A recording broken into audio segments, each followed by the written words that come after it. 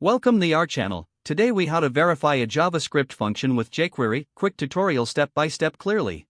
To verify a JavaScript function using jQuery, start by ensuring jQuery is included in your project. You can add it by linking to a CDN in the head section of your HTML file. Next, define your JavaScript function in a script tag.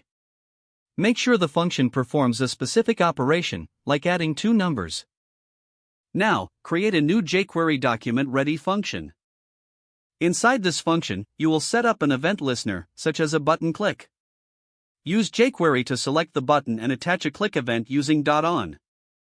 In the event handler, call the JavaScript function you defined earlier. Store the result of the function call in a variable. Then, use jQuery to display the output on your web page. For example, select a div element to show the result. Use .html to place the function's output into the selected div. To verify that the function works, click the button and see if the output appears as expected. If the output is correct, congratulations, your function is verified. If not, debug your function by checking the console for errors. Ensure your inputs are correct and that your logic is sound. Repeat the process until you achieve the desired results. By following these steps, you can effectively verify any JavaScript function using jQuery. If the page does not load, refresh the browser or try again in a private or incognito window.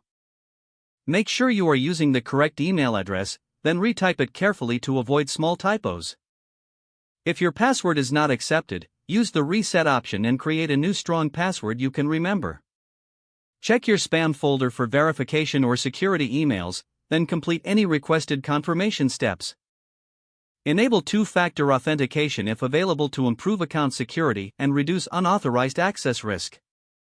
After signing in, review your profile details so your contact information and settings are accurate and current. If you see an error message, note it down and try again after restarting your device and internet connection. Log out when you finish, especially on shared devices, to keep your account and payment information secure. If the page does not load, refresh the browser or try again in a private or incognito window. Make sure you are using the correct email address, then retype it carefully to avoid small typos. Don't forget to like this video and subscribe to our channel for more step-by-step tech guides.